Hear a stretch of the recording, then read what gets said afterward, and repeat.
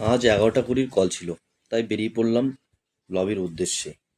Finally আমি লবিতে পৌঁছে গেলাম।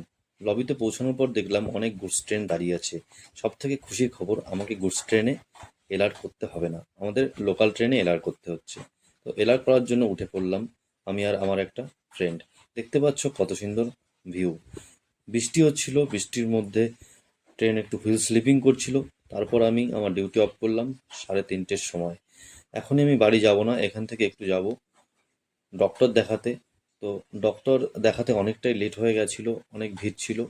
ফাইনালি আমি স্টেশনে চলে আসলাম ট্রেন ধরার জন্য। ডক্টর দেখানোর পর এ- ওখান থেকে একটা ট্রেন ধরে আমাকে আসতে হয়েছে হেডকোয়ার্টারে।